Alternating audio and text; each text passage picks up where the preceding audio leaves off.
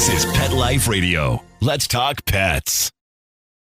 The views expressed by guests on this program do not necessarily represent the views of the host or owners of the Doggy Diva show and do not necessarily constitute endorsement of products. Medical information discussed by guests on this program are those of the guests and is only for informational purposes and should not replace medical advice by your local veterinarian professional. Hi, this is Susan Marie from the Doggy Diva show.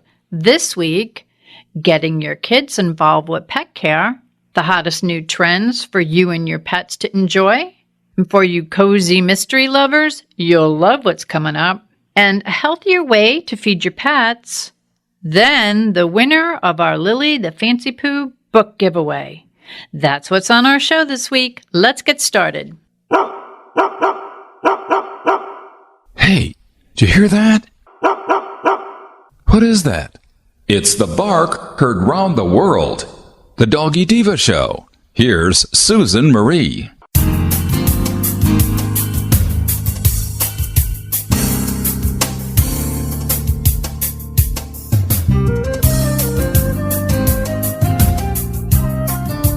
Hi, welcome to the Doggy Diva show, the show for animal lovers. I'm your host, Susan Marie, and as always, I'm joined by my canine co-hosts, the Doggy Divas themselves, Francesca, Coco, and our newest little diva, Miss Olive. Miss Olive is the cute little Italian Greyhound rescue in the picture with the microphone. Thank you for joining us today as we bring the experts in the pet and animal world right to you. So go grab a cup of coffee and your pet's favorite treat, and we'll be back in just a moment. If you've ever shared your home and heart with a charmingly naughty animal who's always up to mischief, you'll fall in love with the Klepto Kitty who stars in Talk to the Paw by Melinda Metz. Talk to the Paw is a funny, heartwarming novel about a single girl, a single guy, and MacGyver, an adorable tabby cat with a not-so-adorable habit of stealing from the neighbors. Talk to the Paw is on sale now everywhere books are sold. Visit kensingtonbooks.com for more info.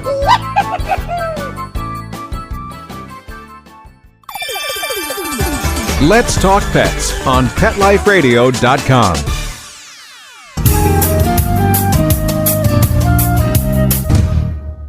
Welcome back, everyone. I'm here with Monica Leighton from Professional Pet Sitting. Monica, I know at the holidays, a lot of families adopted some pets into their forever homes, but I think in listening to some of the pet parents out there, they really are looking for advice as to how to get their kids involved in pet care. Yeah, so I know a lot of people, like you said, do adopt pets at the holidays, and it's a great thing to get the kids involved with the care of the pets. One, they have so many studies that show that the more involved the kids get in the care of a pet, the higher compassion level that child has for other kids and for, pets, wildlife, anything in general, just their compassion level is much higher. They are more responsible. They're well-rounded. It also teaches them stressing copanisms and effects.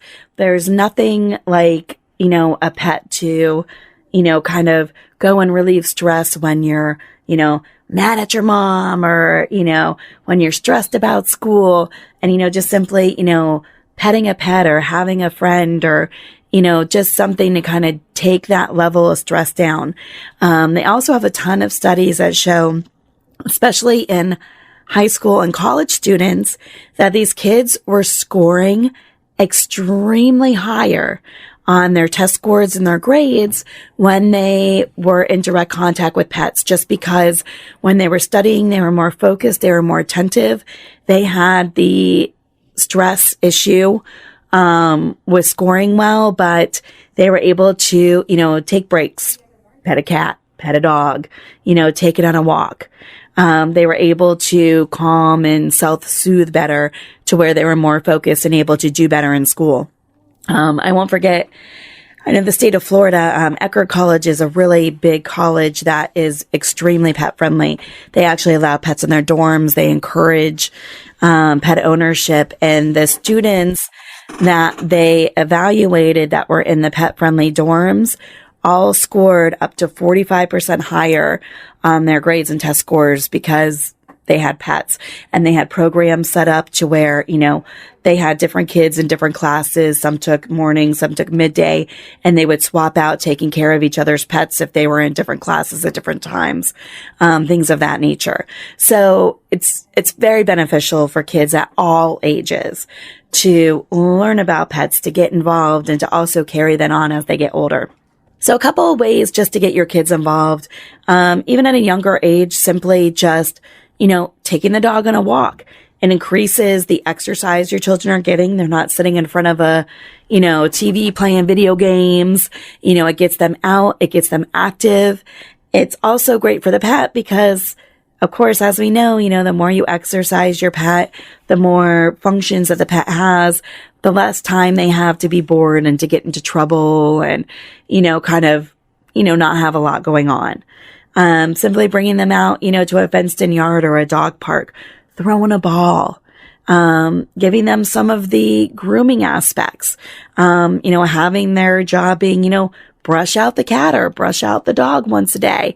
Especially in cats, simply just brushing the cat can help eliminate hairballs, eliminate the amount of shedding and dander that's all over your house. And it's an easy job for a young child just to get the brush for 2-3 minutes a day and brush the cat. Great bonding teaches responsibility. As they get older, actually helping train the dog. Haley, my 10-year-old, she got dog training books for Christmas because we have a new puppy. And she got very excited because I got her one of those backyard mini agility kits. So they had like the little weave poles and the little hoop that you can teach them to jump through. And she's had it for just a couple weeks, and the dogs have already learned 2 new tricks. And it breaks it down, and they have tons of books out there. I found a ton of them on Amazon. They have great little flashcards that teach them step by step how to positively train the dog. So we have a 7-month-old puppy that only knew how to sit. She's already walking better on the leash. She knows down, and my 10-year-old taught her. So getting them involved in some of the training aspects. Other things on top of that, when they get older, high school level, things like that.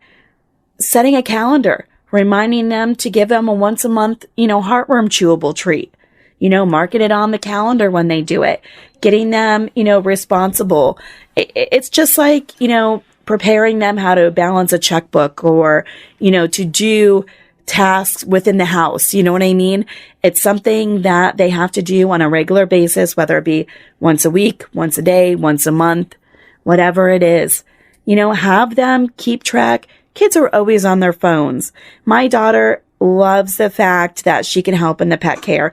They have all these great apps. So she has the app on her phone for her 2 dogs that she takes care of in our house that, gives her the little pop-up to remind them to give her flea medication every 3 months, to remind them to give them the heartworm once a month. So getting them involved really helps to teach them the responsibility. It helps take some of that work off of the parent, and it teaches the kids compassion and how to take care of others. So it really helps them become a more well-rounded individual as they grow. Yeah, Monica, I think these are really great tips, and it is so important for children to be involved with pet care. I mean, I go back to conversations that you and I had in the past with our own childhood, with Haley. It just instills like a really strong bond. I have great memories. I go back to when my grandmother raised us, stayed with us all the time, and we used to make dog food and cat food right from scratch. She talked about the raw food diet. I mean, and she taught me how to do so many things as a young child that helped me and guided me through my life. And it helped me through my studies at school. It helped me through my interactions with people. It gave me a terrific bond with the pets that I had at home. And knew when I was coming home to that and I had my specific chores, just like you said about Haley, it gives you a sense of accomplishment because you sort of carry that over into your schoolwork as a child, and I don't think much has changed, though I was a child a long time ago, but I think that same sense of responsibility is present. Absolutely. And like I said, it's just the compassion level, the responsibility. And, it all goes back to teaching our kids how to become responsible, well-rounded, being able to self-soothe, being able to, compensate and handle things in life and all of that, just those little things they add up to making a really well-rounded adult. Well, Monica, thank you very much. I think this is a great tip, and I hope that it helps, the pet parents and the children out there. I think this is really, really great. So thank you very much. Have a great week. Thank you. Have a great week. Up next, it's a new year and new pet trends are emerging. You don't want to miss this. Tired of wasting money on giant bags, boxes, and jugs of litter that don't last? Switch to World's Best Cat Litter, the only litter that lets you use less and get more. World's Best Cat Litter uses the concentrated power of corn to deliver outstanding odor control and easy cleanup. It's lightweight, 99% dust-free, and pet, people, and planet friendly. It's even flushable. Make the switch to World's Best Cat Litter and save $2. Visit www.saveonworldsbest.com. Let's talk pets Let's talk pets on Pet Life Radio. Pet Life Radio. PetLifeRadio.com.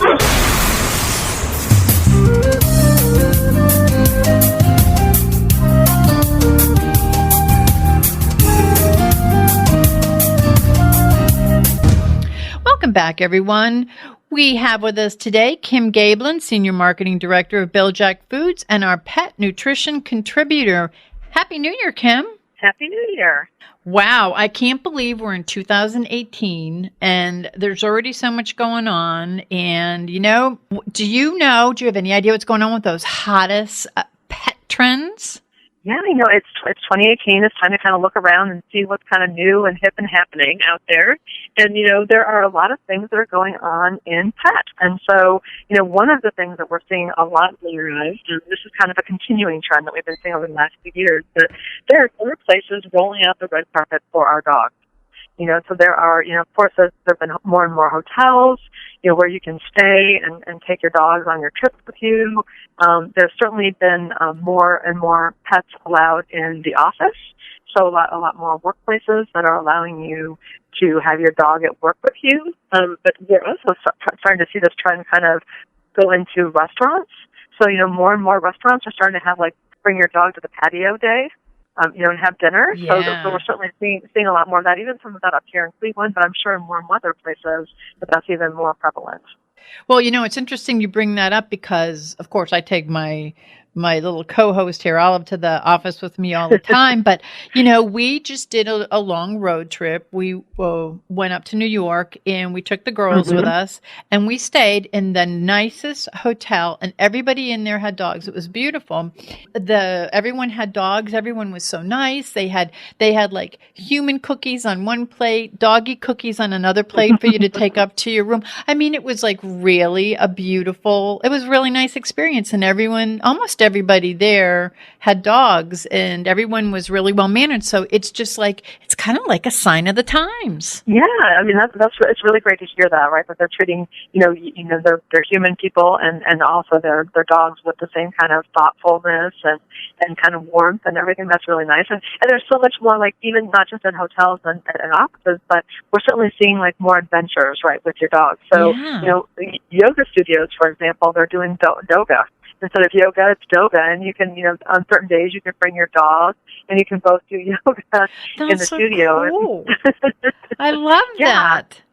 Yeah, and we're also seeing things like, if you and your dog love to do water sports, we're also starting to see things like, paddleboarding with your dog and kayaking with your dog. So, I mean, there really are more and more places where you can be together, which I think is just a realization of how much they are part of our family and how everyone really wants to kind of help us spend time with them and enjoy, our time together. Well, how do you think these trends usually start? And then what kind of trends do you think we could look for in the future?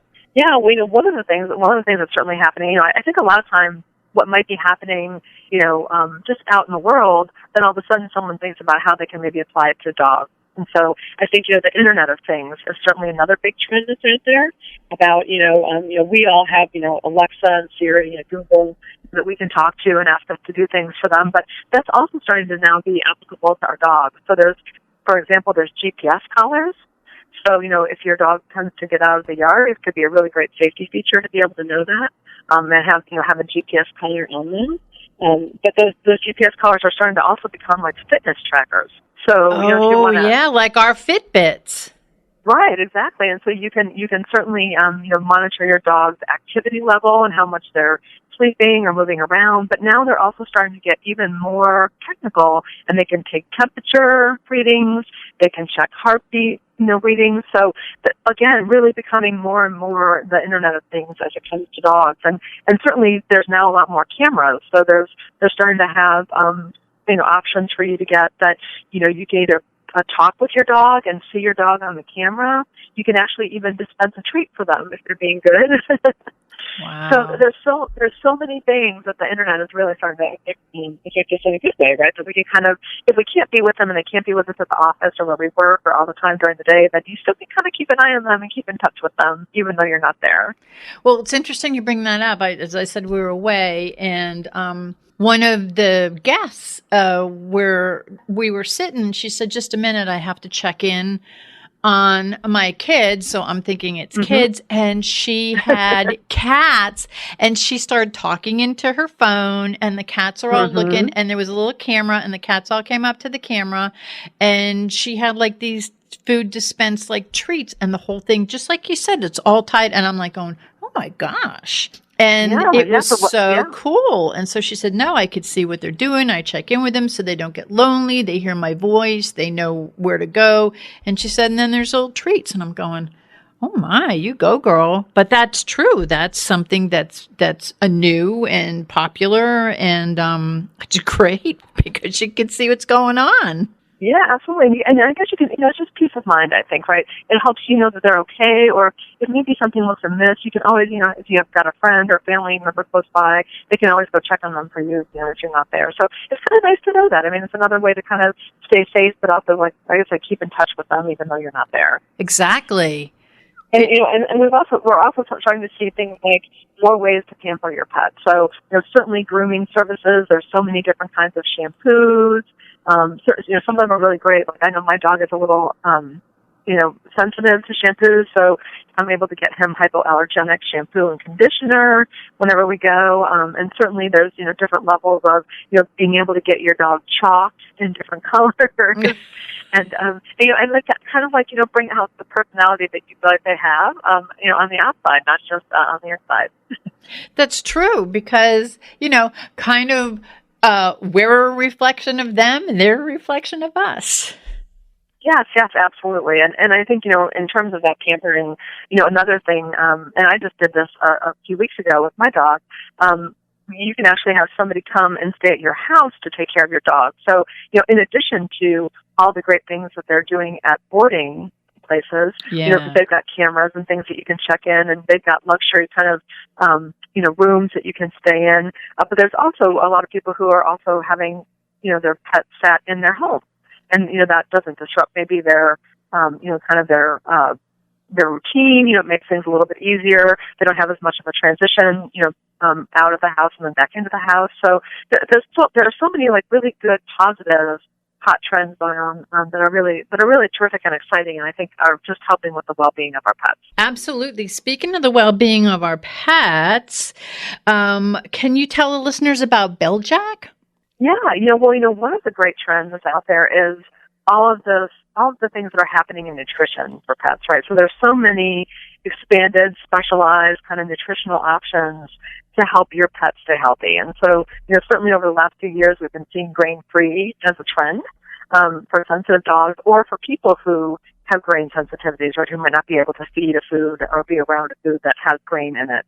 But certainly we're starting to see a lot more specialized foods. So, for example, I know we just launched this year a Picky No More, formula. So for picky dogs, and so we're really looking as pet food manufacturers of ways to really make sure that you and your dog are having a good experience, right? You want to have good results with your food, but you also want to be happy that your pet is easily eating and that they're doing well on the food when they're doing that. So, that's one of the trends that's certainly out there.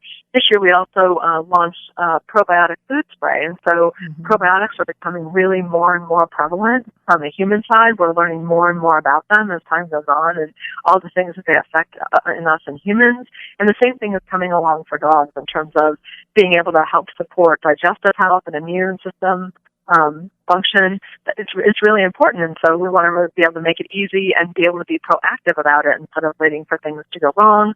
You can certainly be using something like a probiotic spray every day and helping them stay healthy.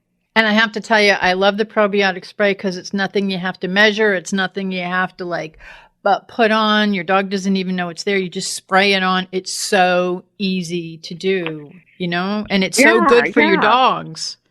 Yeah, it's 12 different probiotic strains, and so it really makes it simple and easy and tasty way to be able to kind of, help them stay healthy. So, again, there's just so many great trends that are out there, and it's great to see that, again, nutrition on the dog side isn't standing still. All of that, continues to evolve as we learn more and more about, what helps our dogs stay healthy. Absolutely. And what I love too is I love your newsletter. I love the, everything that you have going on on your website. Can you give the listeners some information as to how to get to the website, hook up, because you have training, especially at this time of year, what a great thing, training, and there's so much available on there. Yeah, come out to Bil-Jac.com. It's BIL-JAC.com.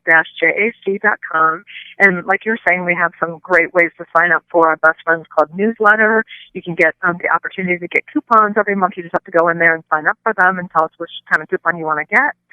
There's great training videos that are out there on our website and also on our YouTube page. We work with Joel Silverman, and he does a great job in a couple of minutes of just giving you some great tips to be able to train your dog a little bit better. And then we also have the dog blog, and so we try to kind of get information out to you and do some stories every month to kind of help you and your dog just have a better life together. So that's really great, and we're also of course out on the digital, all out in digital, right? So we're out on Facebook and Twitter and Instagram. So come out and join us and kind of see what we have to offer and learn a little bit more about the great ways you can take care of your dog and have a great time together, which is what we love, right? We're all dog lovers at Bil-Jac, and so it's so much fun to be able to work on this kind of a category and work with people who love their dogs so much. Like, their dogs are just part of their family. So it's really a good time. And what better way to start the year than you have all of this available for you? You could go find out so much about, the like you said, the hot trends, what's going on, even for those who are raising puppies, all the way to senior pups. You guys have everything, from soup to nuts, or for puppy treats to dog food, if we want to put it in dog language. But there's so much there, and there's so much available for the listener and the reader to learn. And I always find when I get my newsletter, I learn a little more, I get a little more information. And even for people who are seasoned pet parents, I think that it's always good to kind of be in touch and to learn more. And there's a lot that Bil-Jac has to offer as far as spreading that good word, because we all want our pets to be healthy and happy. Yes, absolutely. And and another thing we have out on the site is we also have a store locator. So if you're interested in finding some of our products, we have a store locator out there where you can actually put in your zip code or your address and be able to find the stores near you and what kind of major product groupings that they carry. So, and you can always give us a call too. So our 800 number is out on the website as well. So we're happy to be able to help in whatever way we can to be able to help you and, like I said, your dog, have a great life together. And that's what it's all about. You guys are very pet friendly and very pet parent friendly. So start the year, get into that Bil-Jac spirit, and start taking advantage of some of those hot new trends. So, Kim, I thank you as always. Great information, and Happy New Year. We'll be talking to you soon. Thank you. Happy New Year. Looking forward to an exciting year. Okay, thank you. We'll be back in just a moment. Hi, Doggy Diva Show listeners. Susan Marie here to take just a half a minute to let you know how much we appreciate your being with us every week to hear great dog tips you can use with your pet, some great stories about rescues, fostering, and some heartwarming stories about second chances for pets who are now in loving forever homes. Be sure to go to our website, thedoggydiva.com, to see pictures of Miss Olive and other dogs we talk about on the show and get to know us a little better. That's thedoggydiva.com, DOGGY. We appreciate your feedback too. Okay, let's get back to the show. Hey, cozy mystery lovers. Coming up next, a series I think you'll really enjoy. Stay with us. Does your dog itch, scratch, stink, or shed like crazy? Come to Dynavite for help. Order a 90-day supply of Dynavite. Dynavite for life. Pick up 2 tubes of Doggosuds. Get the 3rd tube free. Peppermint, tea tree, lavender, Doggosud shampoo. Made with all-natural coconut, jojoba, aloe. Great for healthy skin and soft, shiny coats. But no itchy, harsh chemicals. Lather up, rinse away. Try Doggosuds. Buy 2, get 1 free. At Dynavite.com. DINOVITE.com. Let's Talk Pets on PetLifeRadio.com.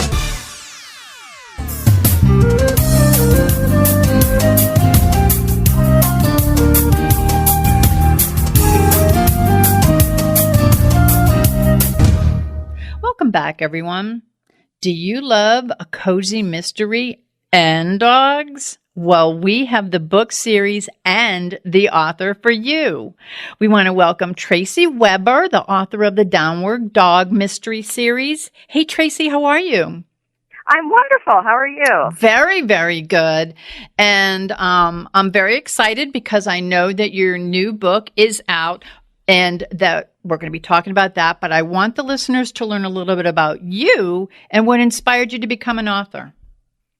You know, I have loved mysteries for as long as I can remember, and I'm a total dog nut. Mm-hmm. And I also own a yoga studio. And so one day I was riding an exercise bike, of all things, and reading a mystery, and I stumbled across a quote from author Susan Conant, who is another wonderful dog-related mystery writer. And the quote made me laugh out loud, and I got home to start researching about her. And stumbled across the fact that this whole genre that I'd loved my whole life, that there was a genre about these amateur sleuths. And I just didn't realize it was a genre before. And the more I started looking into it, the more I thought, now wouldn't it be funny if a yoga teacher with a crazy dog like mine, because mine was kind of crazy, started stumbling over dead bodies? Wouldn't that be funny to write about? And the plot of my first book sort of popped into my head, and the stories keep creating themselves ever since. Well, and that's the book that got me hooked. So I'm totally into that. And I really like the way you incorporate yoga and rescue dogs. Can you just tell us a little bit about the Downward Dog Mystery Series? Well, the series, it's the first thing I like people to know is that you don't have to be a yoga aficionado to enjoy the series, because yoga is just the backdrop of Kate's life. It's not really about yoga as much as it is about relationships and love and what people will do for love, good and bad. But it's basically she's changing over time, but it's about a yoga teacher with anger management issues. And she seems to have what's called a dharma, or a life work, to help right wrongs. And she has a special needs dog that she adopts in the very first installment of the series. And the dog has special needs in a couple ways. It has exocrine pancreatic insufficiency, which is a disease that my first German Shepherd had, which makes her unable to digest food without special preparation and medication. And she also is a reactive dog. And so the series is about this woman who's just trying to live a good life the best she can with the flaws that she has, and she gets into these situations where she feels like she's compelled to help somebody, and they always revolve around murder. but in an entertaining way. And even with the yoga, it's like the way it's not totally it's like you incorporate the yoga in a fun and entertaining way. It's not like it's not the total backdrop of the book, but it's almost like it gives Kate this realistic life, and yet what happens outside the doors of the yoga studio are what kind of like drives what's going on. Yeah, the two things I promised my yoga students that none of my yoga students would be left in my books. So the other piece is, I came to yoga very, relatively later in life, and I'm a very non-woo-woo person, and so I wanted Kate to be just an average person who happens to love yoga. But has a lot of flaws, and so it's really very much it's very not woo-woo. I mean, there aren't a lot of sort of esoteric. Kate isn't always examining her chakras or anything like that. And part of what I like about this is that people are realizing as they read my books that, hey, if this crazy woman can do yoga, maybe I could too. And so it's a very Western idea of yoga. in the book. Yeah, it's totally not woo-woo. It's actually kind of like a health benefit, the way that it's, because there's some of the characters in it who have, different issues of their own and diseases that they overcome. And it's sort of nicely put in there how that happens in sort of like a sub-story within it.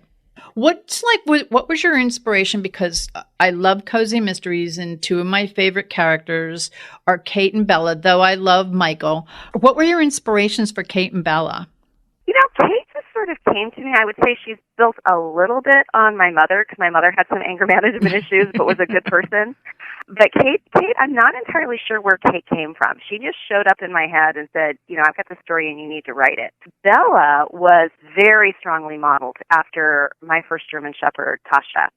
And Tasha changed my life in every way for the better. I thought I was going to get this perfect dog, and she was going to be my yoga studio dog, and we were going to go everywhere together. And we did go everywhere together, but she couldn't be the yoga studio dog because she chased away the customers. And she didn't like other dogs, so we couldn't hang around with other dogs. And then she had all these different health issues, one of which was the same health issue as Bella in the series has, which is exocrine pancreatic insufficiency. But with all of Bella's flaws, she is Kate's heart. And with all of Bella's flaws, she is what starts to bring Kate out to be a better person. And I really feel like, I never had anger management issues, but people, after I got Tasha, and she was my first dog as an adult, after a couple of years, people said, you have a lot more patience than you used to have. And people would comment to me how they had seen me grow as a person from my dog. It's just because my dog was so flawed and I was so flawed, and we really had to learn how to grow together. So Bella is, if anything, my dog was a little more challenging than Bella, because my dog, it wasn't just bearded men my dog didn't like. My dog didn't like a lot of people, and she was terrified of kids. And she hated cats, and she hated other dogs, but she loved me. So the challenges of dealing with that, I guess the other piece is, I want people to realize maybe that if you've got a challenging animal, that doesn't make them not worth loving.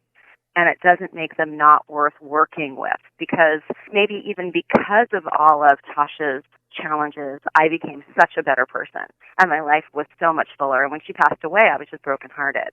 But she lived to be very old, even with all of her health issues. So she was a perfect example of a dog with significant behavior issues that was kept safe in her world for 12 years, which for a German Shepherd is a good lifespan.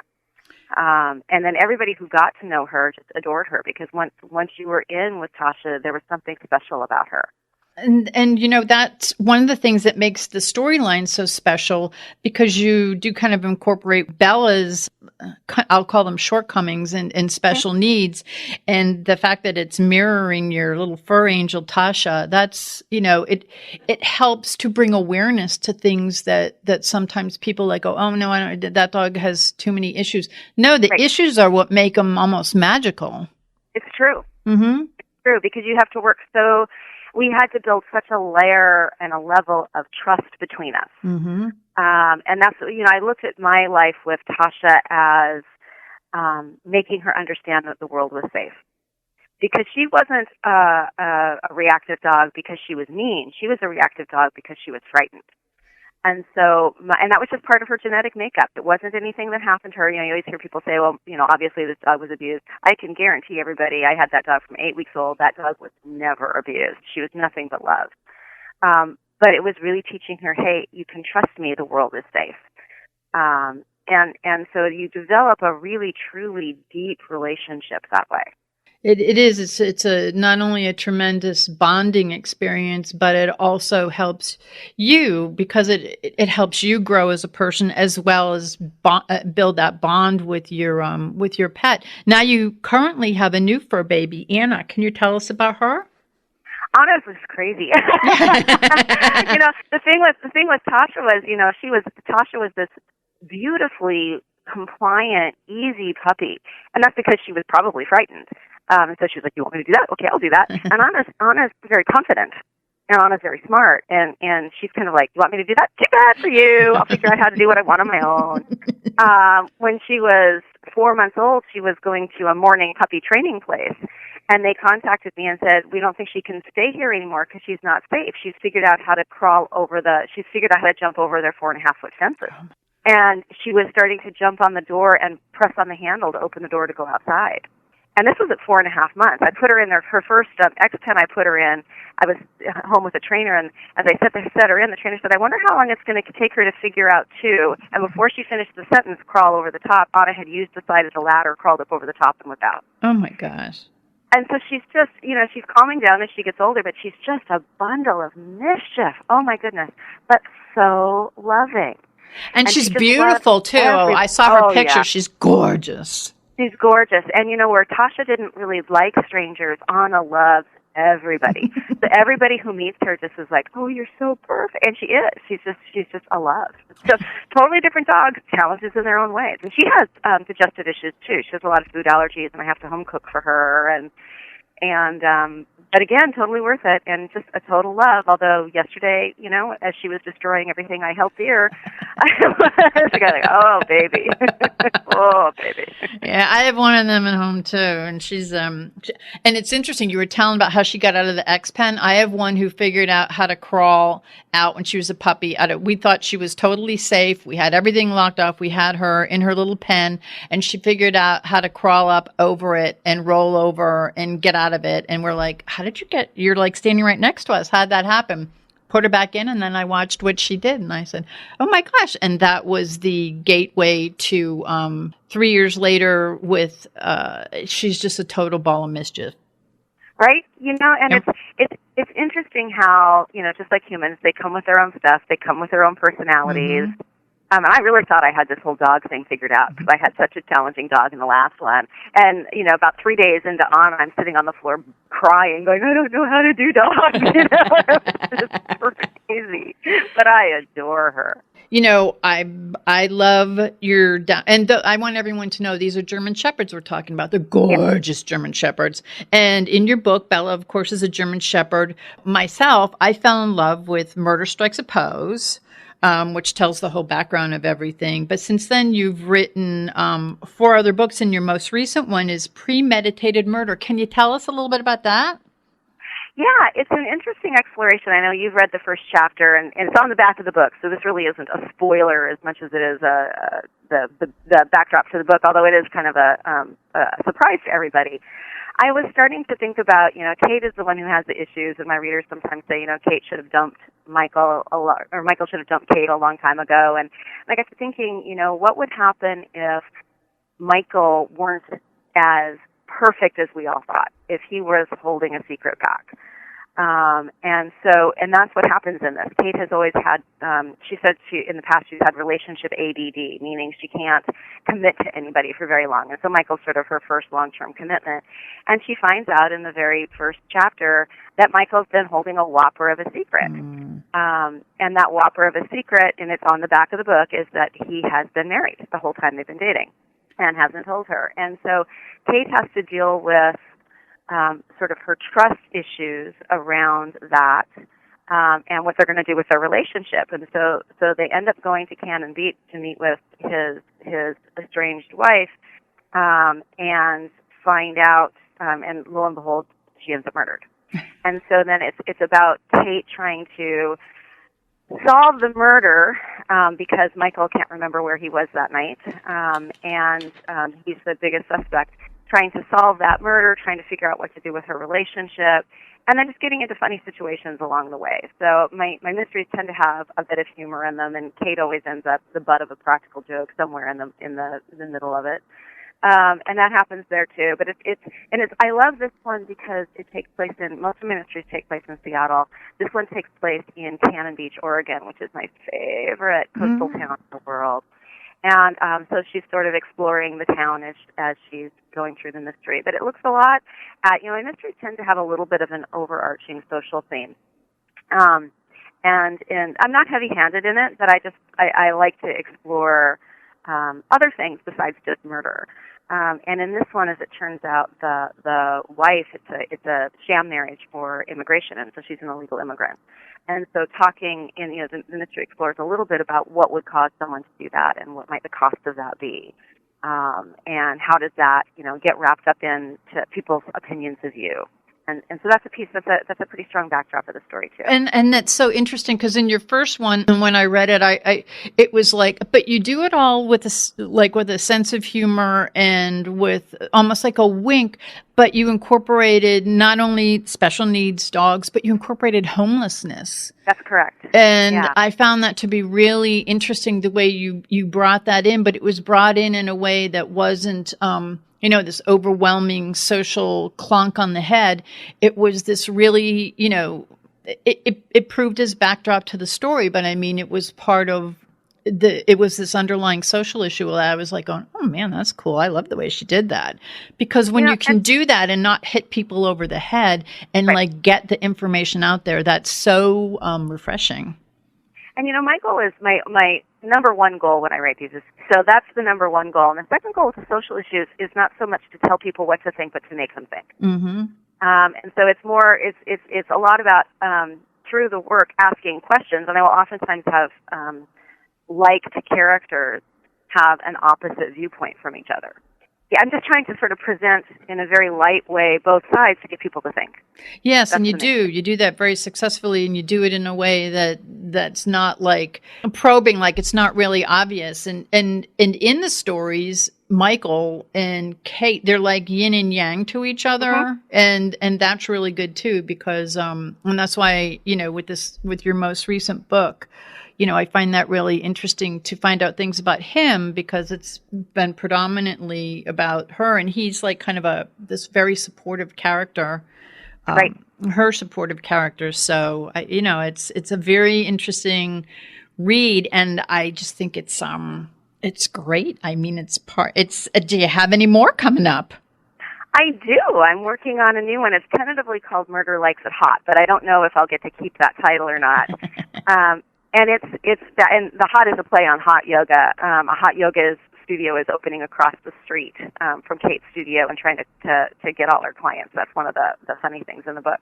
But it brings back, I don't know if you remember in the fourth book, there was a studio called Some Like It Hot Yoga downtown that Kate took a class in, and then there was a teacher I called Adonis. But his real name was Chad, and at the very end of that book, Chad and Tiffany are dating. So Chad now is part of the storyline, and he opens up this yoga studio across the street from Kate's.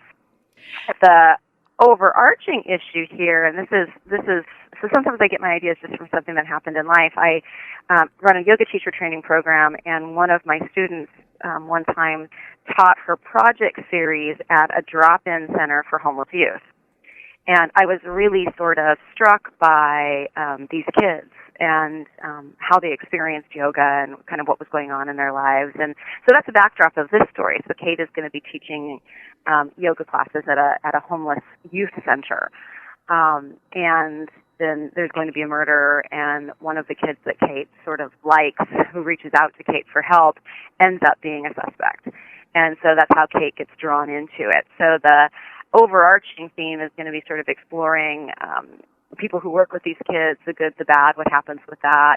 And in this case, what happens when there's a basically good kid who's wrapped up in some truly bad things. And how do you deal with that? And what do you do when there's no good answer for this kid on where she's gonna end up? How do you make it turn out to be okay for this kid? And then whomp, she's hit over the head with a murder accusation. So it's a fun book. I found that my books have gotten, I still try to keep a light edge, there's still funniness, but I found that they've gotten a little bit deeper over time. And my editor has told me that's usually true for writers, as we become a little bit darker. I still try to bring the light and shine the light in and have fun. But the issues in this one is sort of interesting, and it's another growth place for sort of Kate in trying to figure out, now she's working with someone, she's working on behalf of people who are younger than her, and that's not been part of her mode. She's always been working with mainly adults. Yeah. No, oh gosh, I can't wait for that. I can't wait for that. Yeah, I'll to be completely honest, my favorite books in my series, Murder Strikes the Post, will always have a special place in my heart because it's the birthplace of the love story of Kate and Bella. Mm-hmm. And that is, it's a love story in many ways for them. And I don't want to, Kate in that first book is so much, I really do not want this dog. I really, really do not want this dog. I cannot have this dog. I do not like this dog. And, it's no spoiler because the dog's in all the rest of the book. So that one will always have a really special place in my heart because it's a love story between those two creatures and how those two creatures really save each other. My favorite one that I've finished so far is the current one. I think it's probably the best written of the three, and I'm falling a little bit in love with the one I'm writing now. Until I finish them, I'm never quite convinced they're going to be any good, but I'm starting to think this last one might be okay. Well, and another thing I want to bring up is your artwork. It's changed. Your cover artwork's changed. I like the cover of this book. I mean, I love the other ones. They were totally fit into that kind of whimsical mayhem, cozy mystery doggy thing, but I like this one. I like this one too. I like the new look you have going there. Yeah, and it wasn't totally my choice. I loved my other cover artist. The big problem we had with my other cover art, not the artist was great, was that people were confusing my books for kids' books. So I would be at many different book signings and people would walk right by and say, I don't have kids. And they're appropriate for teens and up, but they're written for adults and they're not appropriate for young kids. No. And so this one, the fun in the cover is dampened a little bit in this cover from the others. The others were very silly, and this one is a little more serious. But I do think it hits the target audience a little bit better. Yeah, it does. I think that that if for the book signings, I can see where that would happen because it almost has a whimsical look. The other ones, which I love. I mean, I love that stuff. But when I saw your new one, it does. It has a little bit different look, but I loved it. It still gets the point across. It's still, it's a little, it's not so much cartoony as it's a little lighter, than the average book cover, but I love it. And I love the way Bella looks too. Yeah. Yeah. Yeah. I'll be really honest. I never liked the way the artist did Bella on the other one. Well, she's clearly a German Shepherd on this one. Exactly. Mm-hmm. In fact, I had worked with that artist on the funny story on that, and she's a great artist. So it's just interesting how you have different visions of dogs. And the way my publisher got that first artist was I had hired her to design the artwork for my website. And she and I went back and forth on what the dog should look like. And I finally got the dog the way I wanted. And then when my publisher decided to hire her, she went back with the dog she wanted. She won in the end. And it was a cute dog. It's so clear in the new one that she's a German and she looks just like it. And it's really cute. I love, like I said, I loved all your other covers, but I love this one too. I mean, it has a kind of a different vibe to it, but the same vibe, but a little bit of a different vibe as far as just Bella. I mean, the female character still is Kate. Still looks, really like a cool chick, and but Bella is much more like a German, which I really love. And Bella looks like I want Bella to look. Yeah. So I'm much happier with the Bella on that book. Yeah, she's cute. I really like it. And well, you know what? I congratulate you on your phenomenal series and on the release of Premeditated Murder. Again, as I said earlier, these are the perfect books for pet lovers such as myself and cozy mystery lovers such as myself. But a lot of my listeners are too, and they love, love, love the cozy mysteries with pets. So for people who'd like to learn more about you and more about your Downward Dog Mystery Series, could you tell them where to go? Yeah, and I want to add one more thing before I do that, if that's okay. Sure. So the other thing I would say that I really haven't talked about is that my books are dog books, but I tend to incorporate a lot of different animals in my books. Yes. So there are crows that are major players. There are pigeons that are major players. There are goats. This one, the newest one, has a cat. So that they're dog lover mysteries, and they definitely are for dog lovers. But I also like to incorporate other animals because animals are my life. That's yeah. And you can find out more about me and my series at my author website, which is Tracy, Tracy Weber, Weber, author, author.com. And it has information on me, information on animal rescue, information on EPI, which is the medical disease that Bella has, synopsis of all my books and purchase links to all my books. Everything's there. I want to thank you also for, as you said, bringing awareness to rescue and bringing awareness to special needs and ETI, which I learned all about. I mean, it was really interesting to learn about. And, you know, all of your books have this like underlying theme of some sort of a social message, but it's a good social message. It's very entertaining, very light reading. I find your books to be very fast reads, and I always say, okay, when's the next one? So now I know I have another one to look forward to, so I'm really happy. And what you get across sometimes, you know, sticky, important topics, but you get them across in a very positive and enjoyable way, which as a reader, I love. Thank you. Yes. So again, thank you, Tracy. And the book that just came out is Premeditated Murder. I guarantee you're all gonna love it. So thank you very much. Thank you. And we'll be back in just a moment.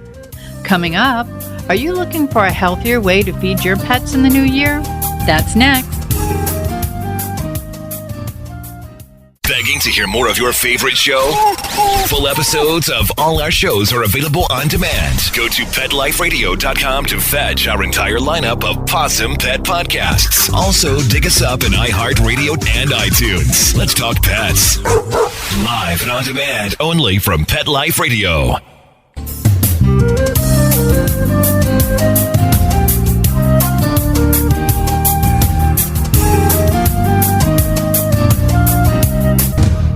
Welcome back, everyone.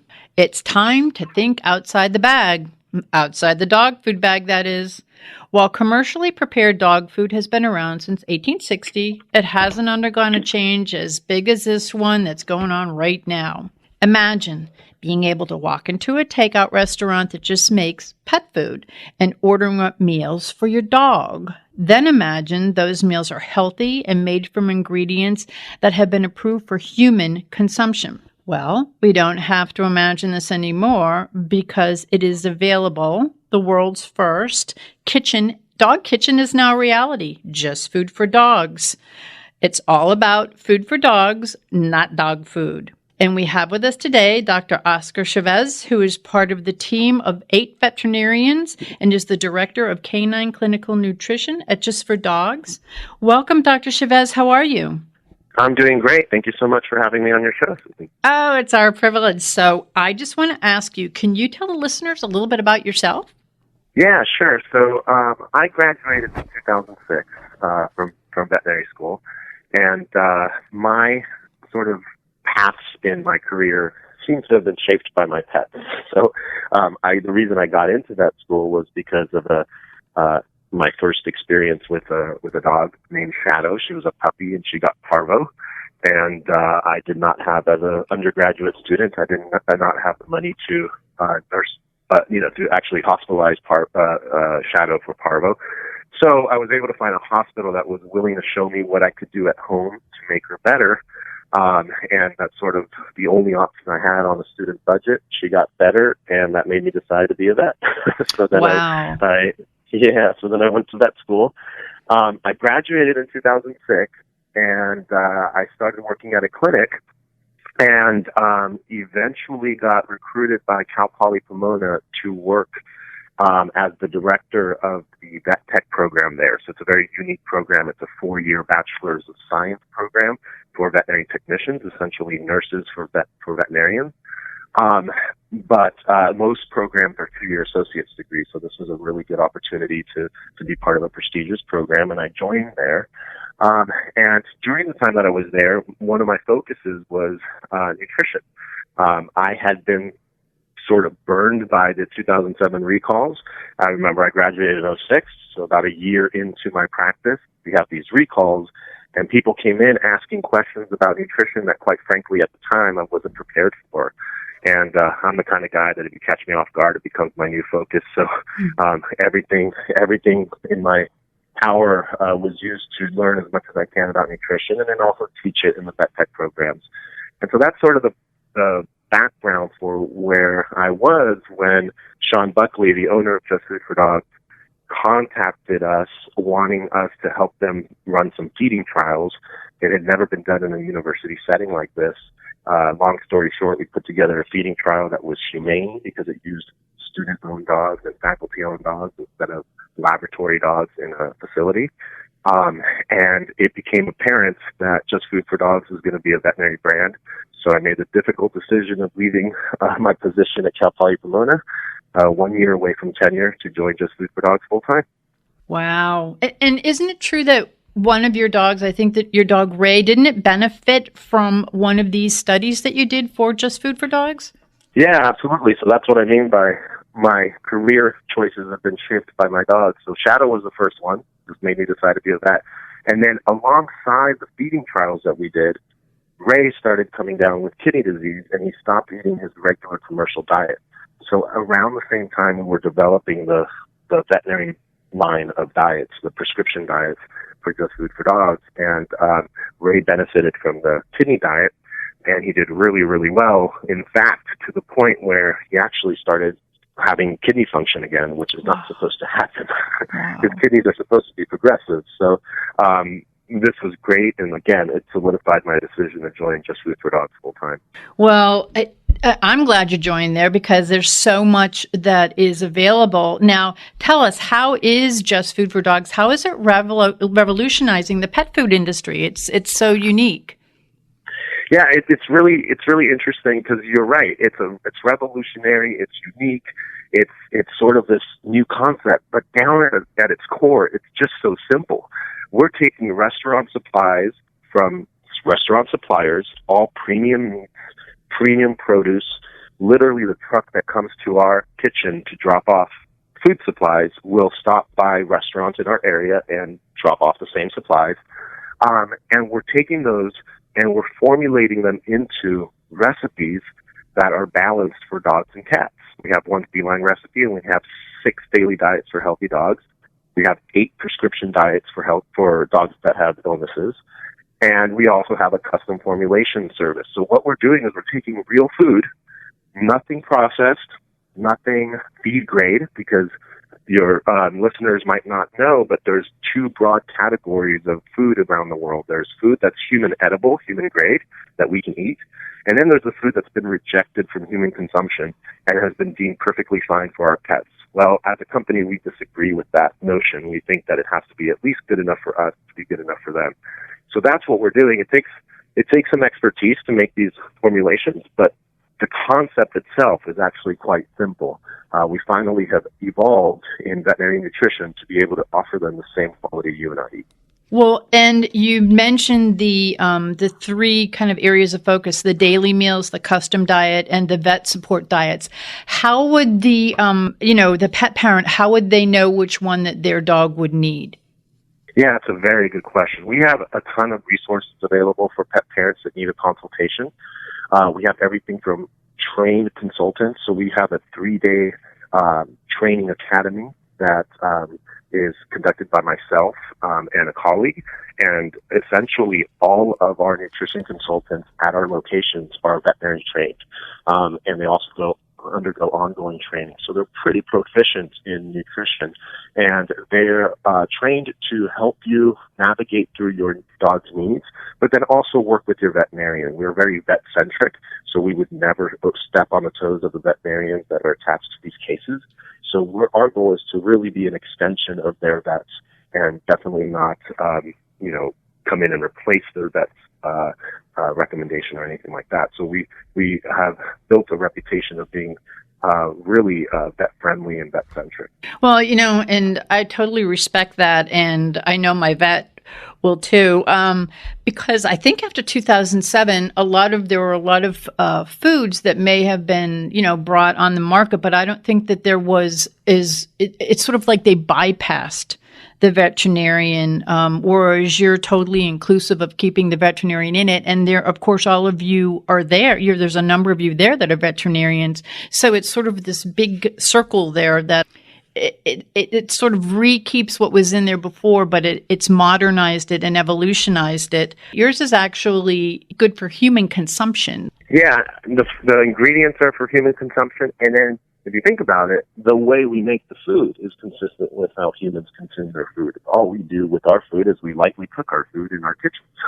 And that's exactly what we're doing So, the quote-unquote processing technique of our manufacturing, because technically that's what we are, a pet food manufacturer, but it's no different than what people do in their own kitchens, which is incidentally why we're able to make available to them our DIY kits, our do-it-yourself kits. They can make the same recipes we're making in our kitchens at home. I think that's such a great idea. I was going to ask about the do-it-yourself meal kits, because it's something that the pet parent can actually do in their home. And your kitchens and pantries are very transparent. I know they're in California. You have a number of them in California, but they're very transparent. And like, if I wanted to go in there, I don't live in California, but if I go there, I'm going to go look. It's like very available to see how everything's made. It's like walking into a chef's kitchen.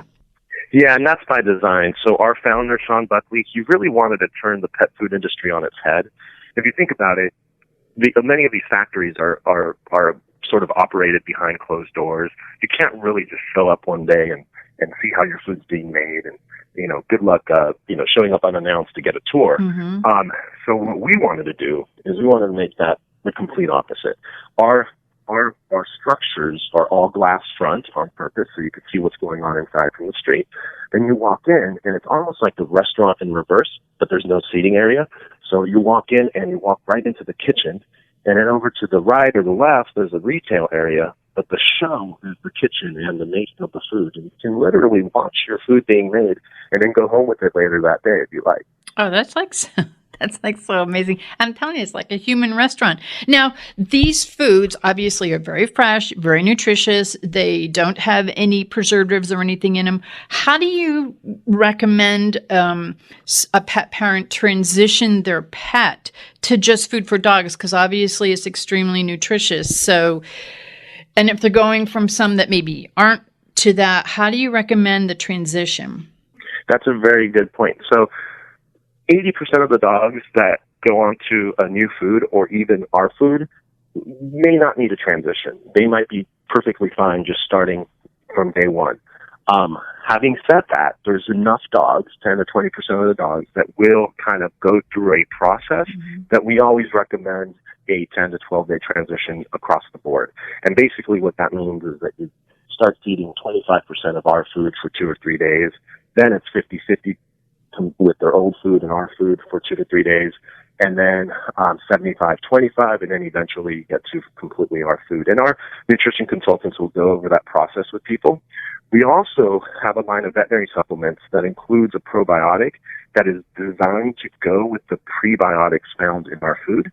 And so what we recommend for people coming off of kibble is that they maximize their chance of success by simply including the probiotic with their transition. And that usually takes care of most transitions. Well, that's great. And also, you have supplements and treats available also. Yeah. And for many situations, these treats and supplements are really good for dogs that are sick. So one of my goals as a veterinarian is to tell people about our cough supplement. It's valerian root and passion flower, and it really helps calm dogs that have chronic anxiety. We use it religiously over the 4th of July, and we actually give it away at our kitchens on 4th of July because some people forget to make accommodations for their pets. And this is the first year that we had the ability for people to leave reviews on our website regarding that product. And what was really cool is after the 4th of July, people were saying how it worked really well and they couldn't believe the difference. And I think to a certain extent they didn't expect it to work because it's something herbal and it was free, and then they're surprised that it works so well. So it's my goal as a vet to tell other vets about this and our supplements because they are very effective. As I said, the Just Food for Dogs right now is available in California, and you could purchase it. There's some retailers you can purchase it at. But for nationwide, for someone, one of the listeners who wants to learn more about it, or speak to someone such as yourself or one of the experienced nutritionists there, how would they go about doing that? Because it can be delivered it can be delivered right to your home, correct? Yeah, we got really good news in that area because we have developed a way to deliver our food on dry ice via FedEx, and we're constantly improving our shipping offerings. So we have free shipping available in California, Nevada, Utah, and Arizona, and we're just about to launch it into Colorado as well. Wow. For the rest of the states, we have flat rate shipping after a certain dollar spend. So it's still, they have to pay for the shipping, but it's still a discounted rate. And that's just because as we grow, we're able to negotiate better deals with FedEx. And the packaging that we use is extremely effective. In fact, a lot of these meal kit services sort of stole the packaging from us, because when I started ordering the meal kit service, I'm like, wait, they got that from us. So the food does arrive frozen, and you know, it's one of those things that we ship nationwide. We have customers in New York, Florida, everywhere. Now, where can the listeners go to learn more about this? Yeah, and I also want to answer your question about how a listener nationwide would get a consult. So we have great. Yeah, we have an 866 number. It's also a 949 local number, and it's basically our customer service number. And those folks are just as trained as the folks in our kitchens. So a consult is only a phone call away. In addition to that, for our custom formulation service, it's a tab on our website that leads to a questionnaire.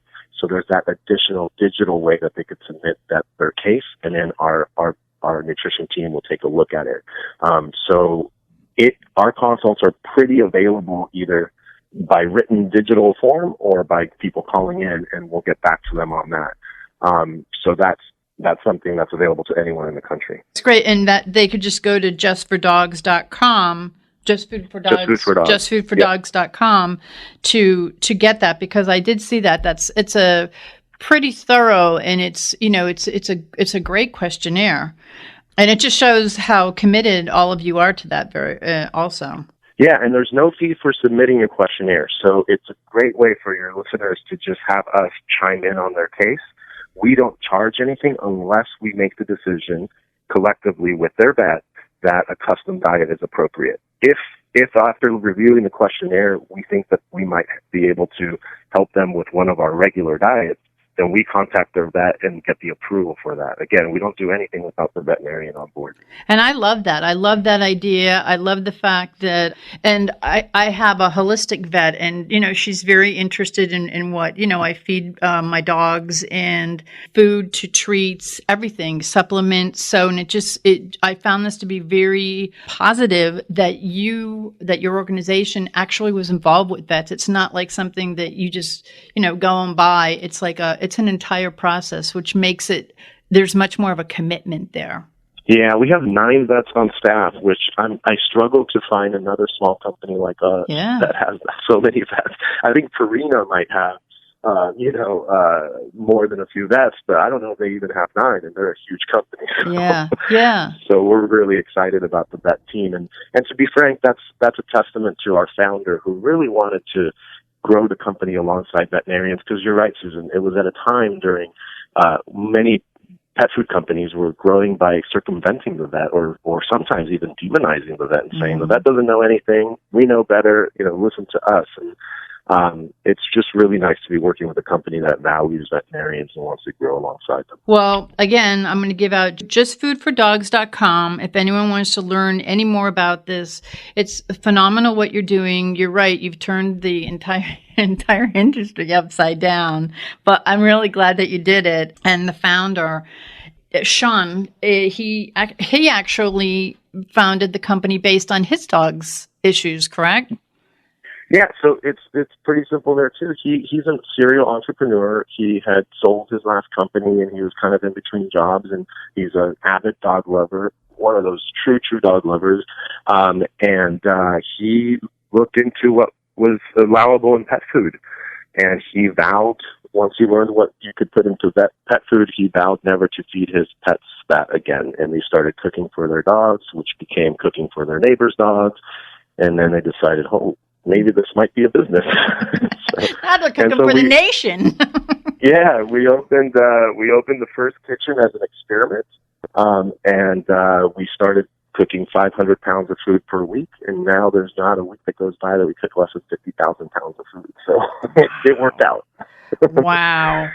That's great. Well, I want to thank you so much, Dr. Chavez, for all that you're doing to help us pet parents feed our pets healthy and nutritious, real food. I want to thank you, and thank you for all that you're doing. It's a total commitment what you're all doing there. So I commend you, and I thank you so much on behalf of the pet parents out there. Well, thank you so much for helping to get the word out. We truly believe that this is a healthier way of feeding, and part of that, part of achieving our goal is to get the message out. So I really appreciate you having me on your show. Thank you. It was an honor, and it was great talking to you. All right. Thank you so much. We'll be back in just a moment. Molly, here's your dinner. Zeus, that's not your food. Don't let that happen to your precious cat. Elevate your cat's eating experience with the Cat Tree Tray. The Cat Tree Tray keeps your cat's food off the floor and conveniently located on the cat tree. It's the perfect way to eat. It's a beautiful wrought iron tray that easily attaches to your cat tree and keeps dogs and other critters out of your cat's dish. A must for multi-pet households. There's a 6-inch tray for large bowls and a 4-inch tray for smaller bowls. Purchase your Cat Tree Tray today. Go right now to cattreetray.com. That's cattreetray.com. CATTREETRAY.com.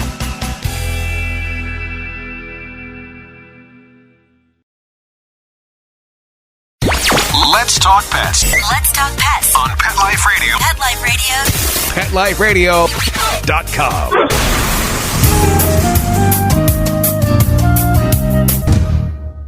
Welcome back, everyone. We are so happy to have with us today the authors of Lily the Fancipoo, Sharon Gonyaw, and author-illustrator Rebekah Phillips. And Miss Olive and I in the Doggy Diva Show, thank you both for collaborating with us on this fun and fantastic giveaway contest of a signed copy of Lily the Fancipoo. Welcome, Rebekah and Sharon. Hi, how are you? Good. It's so exciting. Now, there's more than a book that's going to be received too. Can you tell us about this package? Yes, so we're going to do a signed copy from both myself and Sharon. And it also comes with the Lily the Fancipoo stuffed toy doggy. And she's got a gorgeous little bow in her hair. I love it. And, yes, it also comes with Lottie the Love Mouse, who was hidden on the pages throughout the book once Lily arrived in New England. Oh, that's so cute. And they're so adorable. And the Lily the Fancipoo, I mean, I love that little plush. It's so cute. Thank you. Yeah, and again, I thank you for working with us on this, both of you. It's such a wonderful book. For the listeners who may not be familiar with the story, can you just tell us a little bit about the story of Lily the Fancipoo? Absolutely. So Lily is a little puppy from Sarasota, Florida. And she has everything in the world that she could possibly want, but she doesn't have many friends. So she has to go to stay with her cousins, and they live on a farm. And Lily learns that love is what matters most. So it's a great lesson for kids. It's also just a fun and heartwarming book for adults as well. It is. I always say that your books are great for children, but they're also great for adults because there's always that nice underlying story that you have there, and it has like a nice theme. So I guess without further ado, would you two ladies like to announce our winner? Yes. So the lucky winner of the Lily set is Jennifer Briley. Congratulations, Yay. Jennifer. Yay. And you're going to get the signed copy of Lily the Fancipoo and the plush Lily the Fancipoo and little Lottie the Mouse. So, you guys did a fantastic job. And Sharon, I'm going to ask you, and Rebekah, you did beautiful writing and illustrating, but you're author too. What do you think about this? Well, I'm so excited to collaborate. I don't know if you know this, but Rebekah is my daughter. So I am her mom. I am so thrilled to be able to write a book with my daughter. And it definitely has some of our backstory to it in that Rebekah now lives in Florida. I am still in New England at this point. And so when you read the book, you kind of get the sense of both geographical places, but couldn't be happier to collaborate with my daughter. And congratulations, Jennifer, for winning this book. That's so great. And I have to tell you, you have the perfect collaboration because, I've had Rebekah on the show before, and people just love the books, love the artwork and the underlying theme, like that inspirational theme that is in all the books. As we always say, it's great for children, but it's great for adults. So I thank both of you. It's so wonderful that you collaborated with us on this contest. And I want to congratulate Jennifer Brierly. Miss Olive, you congratulate? She's like looking, going, yeah, three paws up, Jennifer. Yay. So thank you very much again. And thank you for all you do. Yes, it's great. And again, the authors of Lily the Fancipoo, Sharon, Gonyaw, and illustrator and author Rebekah Phillips, thank you so much for sharing this with us. And also congratulations to Jennifer Brierly, the winner of the Lily the Fancipoo gift package. So thank you very much, and we will be back in just a moment. We would like to thank our guests this week. And also, as our Doggy Divas always say, please love your pets because they love you unconditionally. And please remember to adopt, foster, spay, neuter, and microchip. And as always, please have a great Diva week, everyone. That's all for this episode of The Doggy Diva Show. To find out more, go to our website, thedoggydiva.com. Also, find us on our Facebook page, The Doggy Diva Show, and tell your fellow dog lovers about it. Don't miss Susan Marie, Miss Olive, and the Doggy Divas right here for the next episode. See you again soon.